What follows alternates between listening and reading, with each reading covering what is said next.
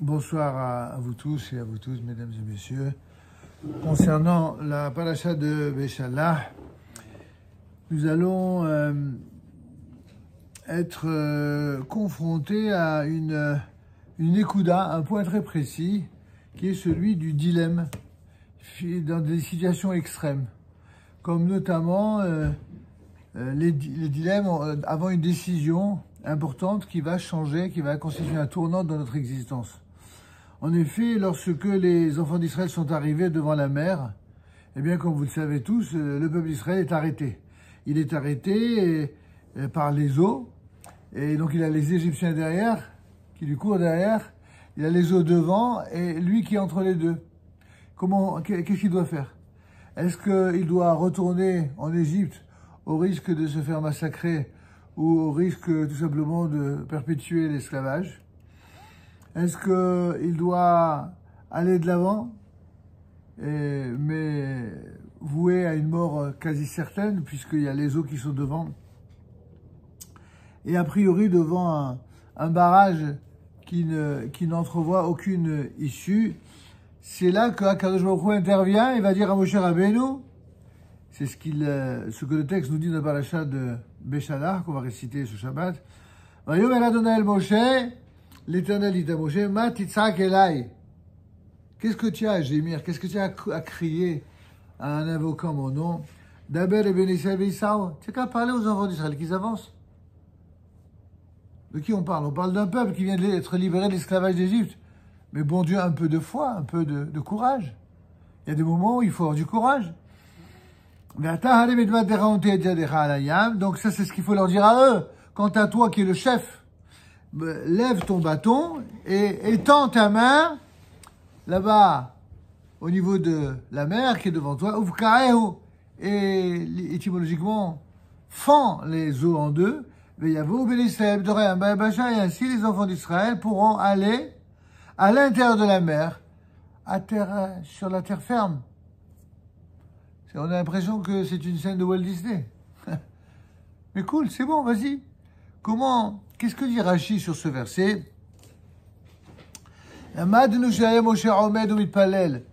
On voit ici, nous dit Rashi, que Moshe Rabbeinu était en train de se lever devant Dieu pour prier. Et c'est là où Akadosh Baruch Hu lui a dit, c'est pas le moment de prier et de rester des heures à la prière. Chez Israël, lorsque les enfants d'Israël sont dans la détresse, tu vois qu'ils sont pris, n'est-ce pas, face à ce dilemme, face à des gens qui veulent leur abréger leurs jours, qui sont derrière. Et devant, tu vois qu'il y a un obstacle. Le moment est à l'action. Il y a un temps pour tout. Il y a un moment, effectivement, où l'on doit prier, puis il y a un moment où, quand vous avez un ennemi qui vient pour vous tuer, qu'est-ce que vous faites? Oh mon Dieu, je t'en supplie, sauve-moi. Mais c'est pendant que c'est en train de faire ta prière, le gars, il va prendre son fusil, il va te tuer. Donc il faut prier tout le temps. Surtout quand ça va. Mais quand ça va pas, c'est pas le moment de prier. C'est le moment d'agir, c'est le moment de se battre. Ça, c'est la première explication de Rashi. Davar acher, ma titzak elai, hadavar talui velo alecha. עלי הדבר תלוי, ולא עליך, כמו שנאמר, להלן בישעיה. Il lui dit, mais de qui ça dépend finalement ta libération? Elle dépend de toi ou elle dépend de moi? Qu'est-ce que tu me cries à moi? Est-ce que ça dépend de moi que tu t'en sortes? Ça dépend de toi. C'est surréaliste cet échange entre Dieu et Moshe. Qu'est-ce qu'il va? Il va reprocher à Moshe et aux enfants d'Israël de prier. Enfin, est-ce pas normal de prier Dieu? Ça dépend si on a une vision de la Torah ou une vision chrétienne. La prière, elle est évidemment toujours quelque chose d'essentiel. Mais cette prière, elle doit se faire au moment opportun. Elle ne doit pas se faire au moment où l'on est en danger. Au moment où on est en danger, c'est l'action qui compte. Et non pas que le reste ne compte pas, mais chaque chose en son temps, en son heure, à sa place. D'ailleurs, on a du mal à comprendre la réponse de Akadosh Baruch Hu. Parce que il y a des questions de base, fondamentales, que d'ailleurs rapporte le Rabbi Chaim Ben Attar, le Orach Chaim HaKadosh, où il dit là-bas, Ma titzak elai, למול מי, אם כן, אמר משה רבנו, לצעוק צעקתו. ידבר וייסעו, לאן בדיוק? Quand il lui dit, parle, et ils marcheront, ils voyageront, ils avanceront. Mais ils vont avancer vers où? Où est-ce qu'ils vont avancer quand tu dis qu'ils avancent? Mifnim Hayam, Hayam ou Merhol, Amisrim, puisqu'on sait très bien que devant il y avait la mer et que derrière il y avait les Égyptiens. Troisième point, Daber et Harem. Hayamuni Yotafour, Kama, Be'aisel Makot, Kema. Et donc, là-dessus viendront des réponses. Combien de chidushim? Lo sha'at tefila hi ella sha'at ha'ma'asim. Comme on l'a dit tout à l'heure, il y a un temps pour chaque chose. Il y a un temps pour la prière, et puis il y a un temps pour les actions. Et notamment quand il s'agit de bonnes actions. Les enfants d'Israël étaient, d'une certaine manière, suspendus à ce qu'on appelle la midat hadin, la rigueur de la justice divine la plus rigoureuse à ce moment-là. Et c'est pourquoi ils avaient besoin de compassion, ils avaient besoin de la compassion divine. Et étant donné que la force de la compassion ne peut arriver que par l'action, quand quelqu'un prie, qu'est-ce qui fait que cette prière elle est entendue? C'est parce que celui qui prie a des mérites, parce que celui qui prie prend des risques, parce que celui qui prie... Prenons un exemple. Vous avez une guerre qui est celle que vous connaissez. Comment ça a pu arriver? Enfin, il n'y a jamais eu autant de juifs dans le monde qui prient qu'en ce moment. Il n'y a jamais eu autant de juifs pieux, il n'y a jamais eu autant d'yeshivot, il n'y a jamais eu autant de rabbanim. Et donc là, vous direz, et pourtant, voyez-vous tout ce qui s'est passé le 7 octobre? Comment ça a pu arriver? Mais ça n'est pas arrivé à cause de ceux qui prient. Ça n'est pas arrivé à cause de ceux qui se battent contre l'ennemi. C'est arrivé à cause de ceux qui se battent entre eux. Qui se battent entre juifs et qui ne prient pas Dieu. C'est à cause de cela. Il faut donc savoir isoler les éléments qui sont à l'origine, non seulement des conflits, mais à l'origine des catastrophes. C'est comme ceux qui demandent des comptes à Dieu. Où est-ce que Dieu était pendant la Shoah? Où est-ce que Dieu était pendant le 7 octobre? Et toi, où tu étais, toi qui poses des questions? Toi, où tu étais, toi qui poses des questions et qui te pose en donneur de leçons? Comment on peut dire des choses pareilles? Bonsoir. Et donc, il faut arriver à réaliser que toutes ces questions qu'on a soulevées, eh bien, c'est apprendre à concilier l'action avec la foi. La foi, c'est pas de prier Dieu pour qu'il fasse tout notre boulot à notre place. Ça, c'est le contraire de la foi. Ça, c'est la fainéantise. Ou alors une foi, mais d'un niveau le plus bas qui soit. C'est-à-dire, je prie Dieu pour qu'il me sauve, pour qu'il se fasse un miracle, même si je ne suis pas méritant. Nous avons appris, il y a déjà quelques parachiotes, à l'époque où Yaakov Avinu dira Katon di mikol hasidim mikol haemet. Je suis bien trop petit pour tous les mérites et toute la bonté que Hachem a accompli en ma faveur. Qui est-ce qui dit ça à Yaakov? Pourtant, Yaakov, il n'a pas une vie facile. Il a une vie de combat, une vie de douleur, en raison des diverses trahisons qu'il a dû subir. Et quand finalement, il va arriver à des moments cruciaux dans son existence, il a peur, il tremble à l'idée que quoi? À l'idée que tout le bien dont Hachem l'a gratifié, ça va venir en moins sur les mérites qu'il aurait éventuellement gagnés par ses propres mérites, par son propre combat, par son propre dévouement. Il sait que son frère arrive armé avec 400 hommes armés jusqu'aux dents pour lui faire la peau, en l'occurrence Esav, et là il a peur. Pourquoi il a peur? Il n'a qu'à prier. Dieu va le protéger. Pas du tout. En tout cas, il ne se limite pas à la prière. C'est vrai qu'il va aussi prier. Mais il va agir et il va agir de la manière dont on agit quand on s'adresse à un ennemi potentiel. Les cadeaux, la diplomatie et se préparer au combat. C'est les trois. Quand on a affaire en face de soi à quelqu'un qui nous veut du mal, d'abord, on doit tout faire pour essayer de négocier une possibilité de parler pacifiquement. C'est ce qu'on appelle la diplomatie. Mais en même temps, pour que cette diplomatie soit bien prise et bien comprise, alors accompagnée d'un peu de cadeaux, les êtres qui sont toujours attirés par les cadeaux, par le lucre, sont des gens qu'on achète facilement. Donc il faut prévoir les cadeaux. Mais dans le même temps où on fait tout pour éviter la guerre, et on fait tout pour corrompre et acheter ceux qui sont vénaux, il faut en même temps se préparer à la guerre. Parce qu'on sait d'avance que quand des gens sont animés de haine, ni les cadeaux, ni la douceur ne changera rien à leur volonté de destruction. Vous voyez, les temps n'ont pas vraiment changé depuis Yaakov Avinu et Esav. Et donc là, on est face à une autre situation. On est face à une situation où on a la mer devant nous, on a les ennemis derrière, et comment on va faire? Certains ont dit on va prier, d'autres ont dit on va retourner en Égypte. Pendant que certains priaient, Akadosh Baruch Hu lui-même il dit hey, c'est pas le moment de prier maintenant. Il faut bouger. Ceux qui ont voulu aller en Égypte, ils disent vous êtes malades. Il nous a libérés de mauvais cœurs. Il va nous faire la peau si on retourne en Égypte. Alors qu'est-ce qui reste? Il reste d'aller de l'avant. Mais comment aller de l'avant? Il y a les eaux devant nous. Ah, c'est ça toute la foi que vous avez en celui qui vous a libéré. Il a fallu que quelqu'un, apparemment de très humble dans le peuple, au sein du peuple d'Israël, il se jette à l'eau. Vous connaissez l'expression se jeter à l'eau? Ça vient de là.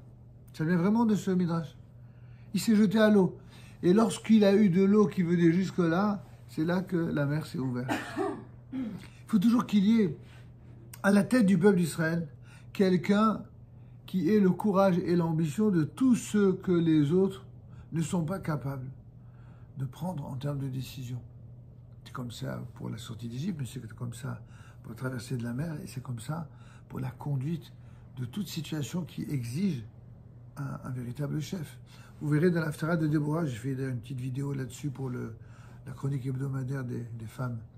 Dans le groupe féminin, je fais une chronique hebdomadaire depuis la semaine dernière. Je l'enverrai ce soir, vous verrez. Où là-bas, je mets à l'honneur Déborah, qui est une prophétesse. Elle est juge. Et étonnamment, on sait que dans la tradition d'Israël, a priori, c'est pas un rôle, un boulot, entre guillemets, de femme. Pas par sexisme, pas par machisme, et même pas parce que chez toutes les nations du monde, les juges étaient des femmes. C'est tout simplement parce que dans la tradition juive, le domaine de la justice est un domaine qui malmène tous ceux qui se produisent en justice. Et par respect pour la pudeur qu'on nous impose d'avoir vis-à-vis des femmes, pour ne pas les maltraiter, pour ne pas porter atteinte à leur pudeur, alors du coup les femmes n'étaient ni du côté de celles qui devaient témoigner, elles étaient dispensées du témoignage, mais elles n'étaient pas a priori à mener les débats parce que des hommes mal intentionnés auraient risqué de porter atteinte à leur féminité et à leur pudeur. Et pour toutes ces raisons et d'innombrables autres, eh bien, une femme n'a jamais été juge en Israël à cette époque-là. Et tout d'un coup, on vient et nos sages posent la question, mais c'est incroyable. Voilà une exception sans précédent où on voit une femme d'Israël qui non seulement elle est juge, ce qui n'arrivait jamais, mais elle était prophétesse. Dieu va lui parler. Comment est-il possible? Et en plus, elle va être non seulement jaugée et jugée favorablement, mais elle va être, si vous voulez, ratifiée officiellement par... sa nomination va être ratifiée par les sages d'Israël. Comment que les Chachamim ont pu ratifier une situation qui est en contradiction visiblement avec les règles? Et la réponse est la suivante.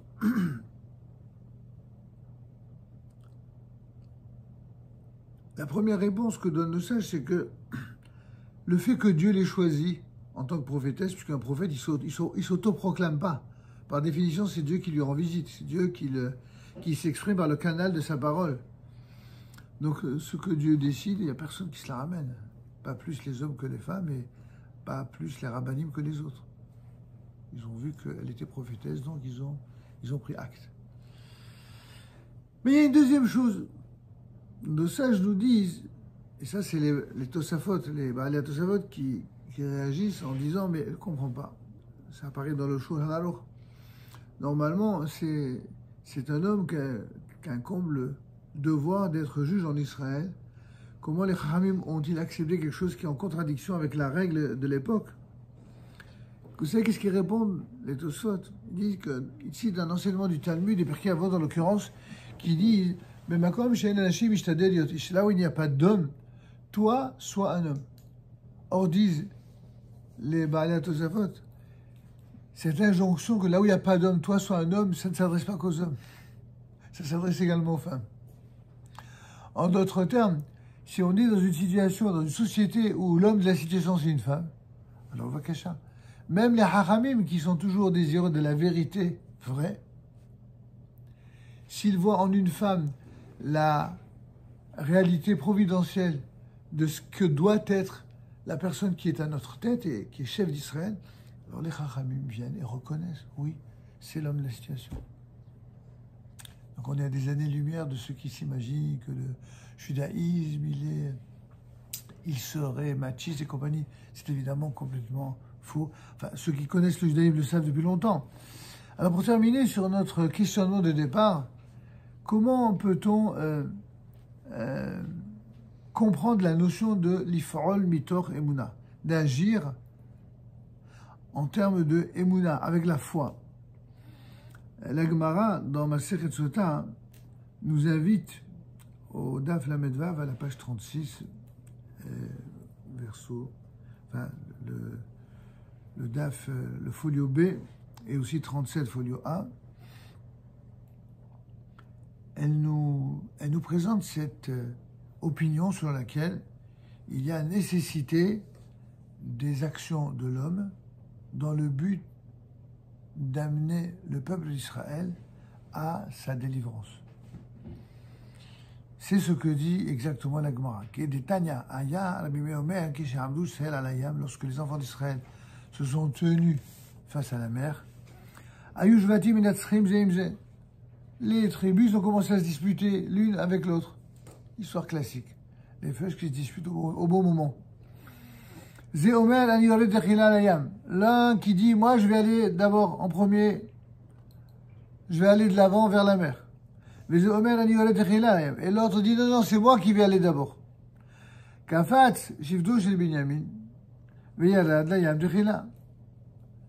Et c'est quelqu'un de la tribu de Binyamin qui s'est levé, qui a sauté, pendant que les uns se disputaient avec les autres, il y en a un, il est allé, il a agi. Et là, Red Yam.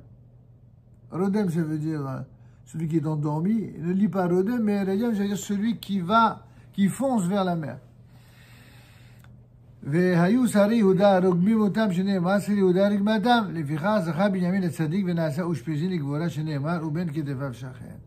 Et on voit par la suite la bracha qui sera donnée à Binyamin. Pourquoi Binyamin, Hatzadik, sera celui des enfants, qui sera, malgré le fait qu'il est le plus jeune, celui qui va incarner la Gvola, la puissance, c'est celui qui ose là où les autres se prosternent. En effet, Binyamin est le seul des enfants de Yaakov qui ne s'est pas prosterné devant Esav. Et pour cause, il était dans le ventre de sa mère. Il n'était pas né, donc il ne pouvait pas se prosterner. Qui est-ce qui est descendu de Binyamin? Mordechai, le juif. Lorsque Haman, l'ennemi juré d'Israël, ordonne à tous les juifs de se prosterner devant le premier sinistre, n'est-ce pas, le premier vizir d'Iran, il avait fait exprès de mettre une statue exprès pour l'obliger à se plier devant l'idolâtrie. Qu'est-ce que fait Mordechai? Il ne se prosterne pas. Mais il ne se contente pas de ne pas se prosterner. Il aurait pu ne pas venir devant le roi, ou devant plutôt le Premier ministre, devant le palais. Tous les jours qui ont suivi l'ordre de ne pas se prosterner, qu'est-ce qu'il fait?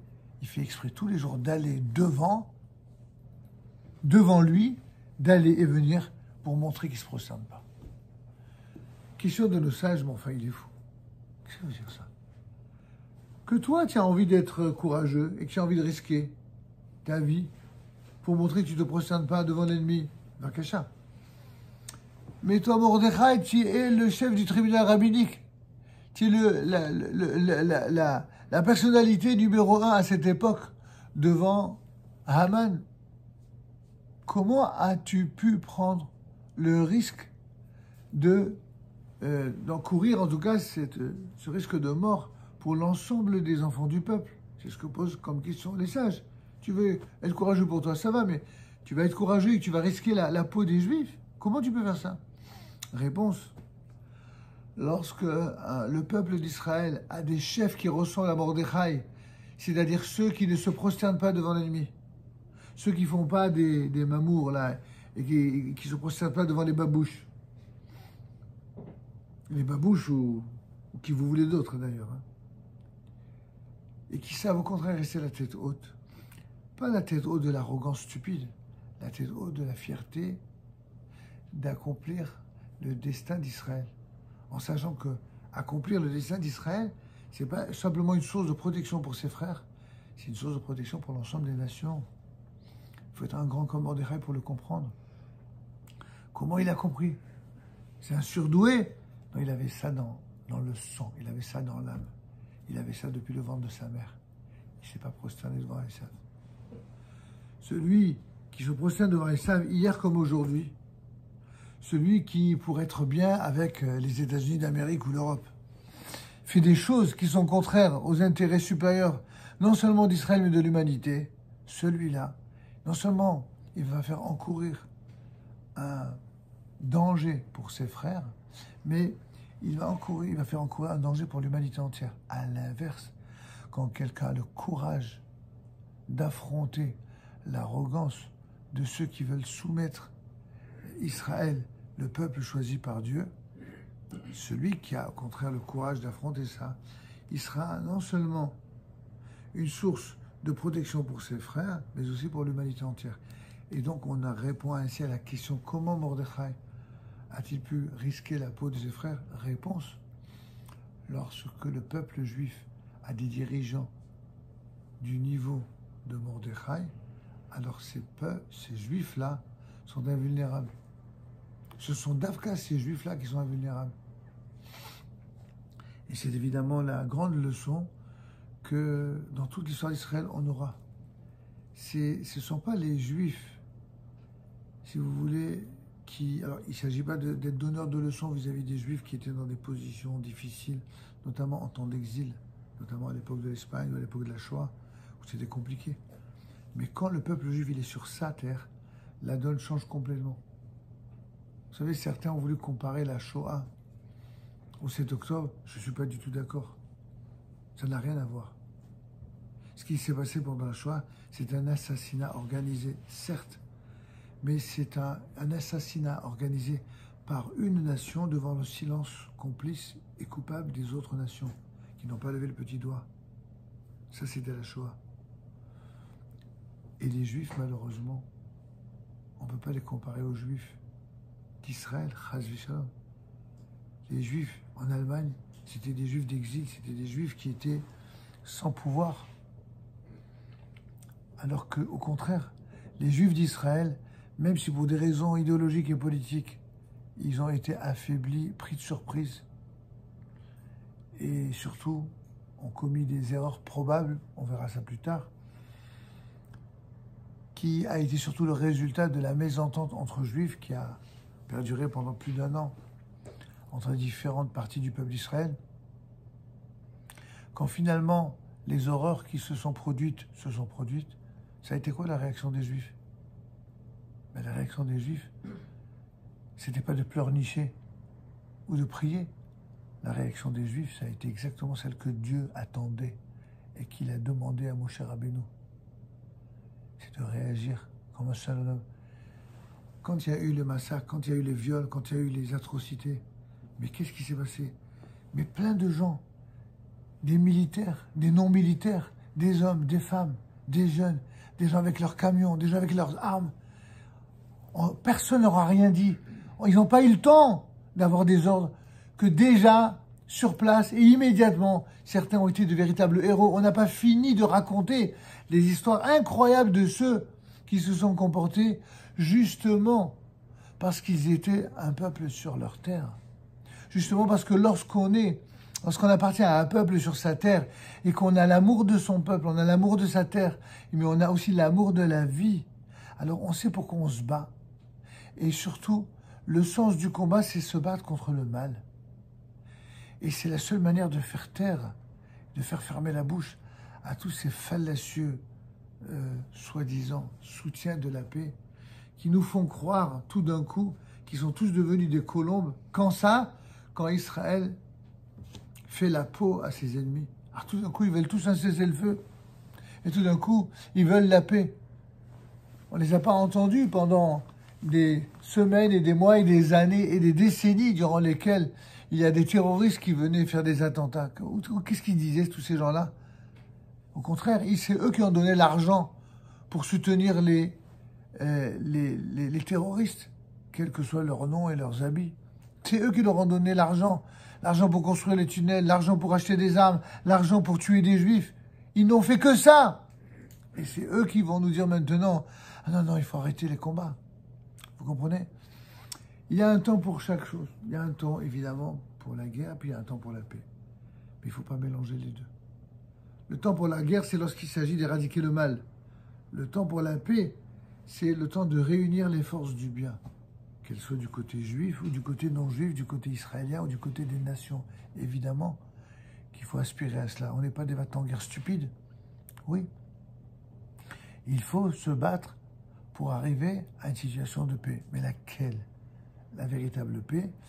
Et de la même manière que pour mériter de véritables miracles et interventions divines, pour mériter la libération, il faut être capable de se battre contre et se battre avec courage contre les tentations d'aller en arrière, de retourner chez les ennemis, mais au contraire, d'aller de l'avant. C'est toute proportion gardée, les mêmes combats qu'il faut mener, les mêmes peurs qu'il faut combattre, et surtout la même ténacité, et ne pas se laisser impressionner par ceux qui, en quelque sorte, donnent des conseils qui sont véritablement qui vont à l'envers de ce que Akadosh Baruch Hu attend de nous. Comme le dit le Talmud, par ailleurs, dans Maseret Brachot,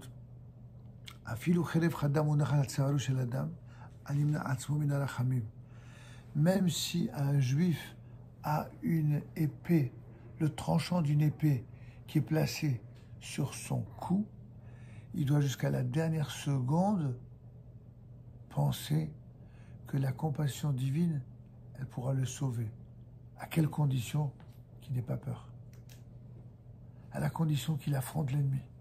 À la condition qu'il se batte de manière qu'il soit propre, qu'il soit noble et pour mener de bons combats.